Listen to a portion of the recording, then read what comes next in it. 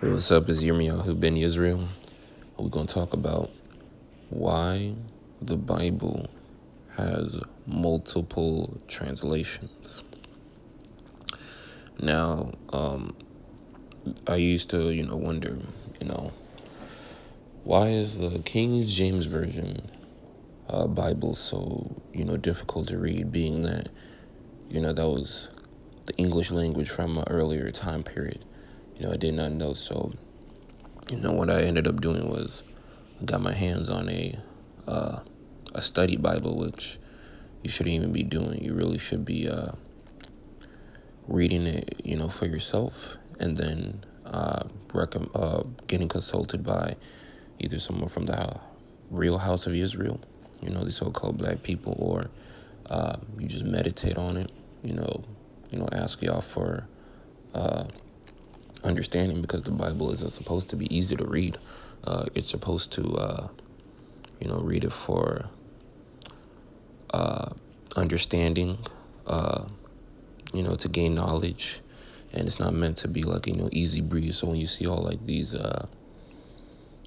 resources that say like, how to study the Bible easier, how to read the Bible easier, that's the reason why these books were made, to add to the confusion, as it says in Psalm chapter 2, verse 4, I believe, where Yah says, he that sitteth in the heavens shall laugh, Yah shall have them in derision. Anyways, I remember I got my hands on a English Standard Version study Bible, and I read the whole thing, and looked at the footnotes, but the footnotes are lies. I'm not even gonna shout out the dude that made it, but all I do know is that it led me to start doing more research on this subject, and I come to find out that I learned about 3 different versions, I guess you could say, from text that the Bible came from. And when I say Bible, when I think of Bible, it's really just the Hebrew Bible, or, as we know all today, the Old Testament. But we're going to say Bible meaning the Old Testament and the New Testament, even though the New Testament is a lie. We're just going to go off of that basis. But yeah, I learned that there's 3 main texts. There's Textus Receptus, which is where the King James Version Bible was translated, and then the rest of the Bibles, including whatever they have currently, like, New International Version and all the other garbage ones, those are translated from the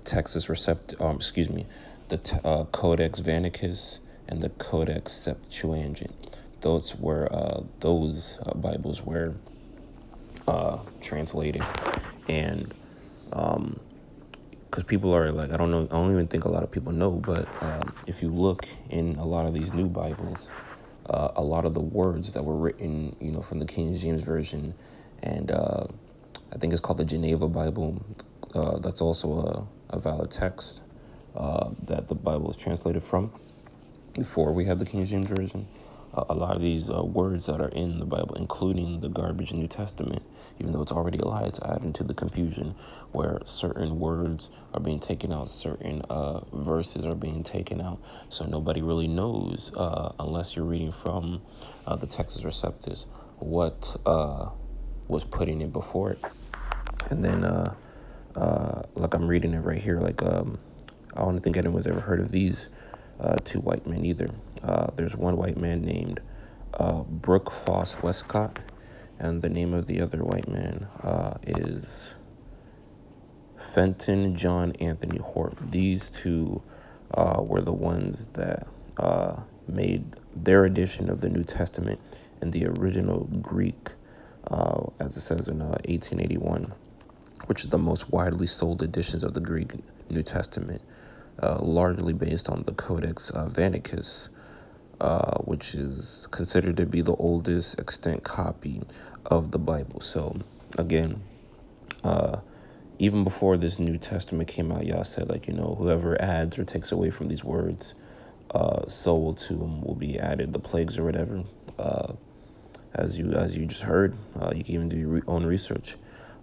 These 2 white men, one more time, Brooke Foss Westcott and Fenton John Anthony Hort. They took away from the words that were already translated from the Texas Receptus, and they added in their own twist, their own meanings. Because again, everyone, if you believe in, the one true God, Yah, you're gonna search for these things, and you're just thinking, oh man, now I could have a shortcut to studying the Bible and have men who already been there before me. No, that's not how it works. You have to take your time with it. You have to pray Yah for this, because again, it's all part of the confusion. Yes, these two men right here, Westcott and Hort, they're the ones that, they created this new original Greek and whatever. Because think about it. If Yah's people are Hebrew, how do you go from Hebrew to Greek? Yes, the Roman Empire is in where the Greeks were, but that doesn't mean that these Hebrews just all of a sudden became Greek. It's still not making any sense to this day. And yeah, this is where this whole confusion of multiple Bibles being made.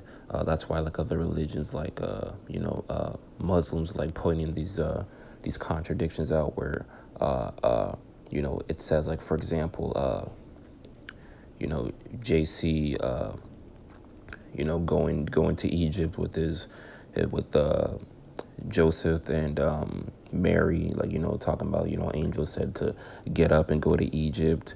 And then as it was written, when they heard that, King Herod died, they came back and whatnot.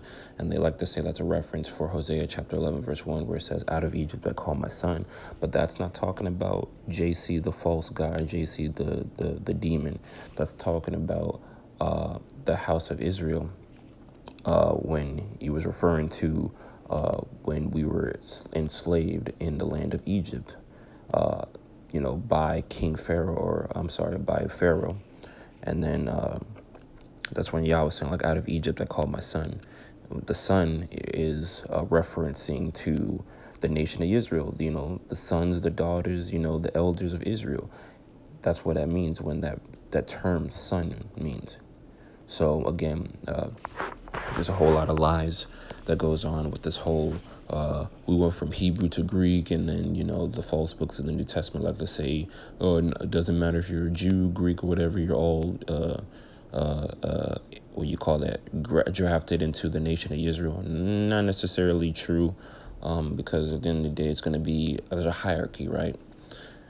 It's going to be Yah first, then the children of Israel, then the Gentiles. So although the Gentiles will be serving Yah, it's a hierarchy. They're going to be at the bottom. So basically, they're going to be still slaves of Yah, but there's a hierarchy where they're going to be under the Israelites. I remember, again, when it comes to Christianity and people that believe in, JC, they love to use emotion. I had a bunch of people. Matter of fact, I think I'm going to start making videos on these delusional people that are literally in their own imagination, where Yah, it literally says Yah gave them up to their own derision, gave them up to their own imaginations, and let them take life to it. I had people talking, literally just making up stuff off the top of their head, not even using the New Testament or the Old Testament. I always, I'm like, all right, you say you believe in JC or whatever. All right, find me the text where Yah says, I will go against my own law, statutes, and commandments and reveal my secret son, JC, who contradicts my law, statutes, commandments. I'm undefeated in that. You're never going to find such a verse. You have to use your own rhetoric. You have to say things that are out of the Bible in order to, even make up an argument for JC. Isn't that crazy? He's supposed to be the only begotten son, but he's not even mentioned once in the Old Testament. You have to lie because the New Testament's a lie. He's a lie, so therefore you have to lie.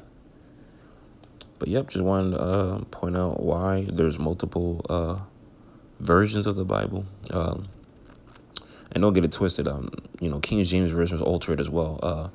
Because the Old Testament, as it's called today, was originally in Hebrew, and then, you know, in order to get the English version, you had, you know, the fake Jews corrupted, take Yah's name out. That's where you get the Lord thy God instead of saying Yah. But you could see where they goofed, because in the book of Psalms, many verses that say, you know, sing praises to his name, say his name multiple times. Yet for whatever reason, his name's called the Lord that God.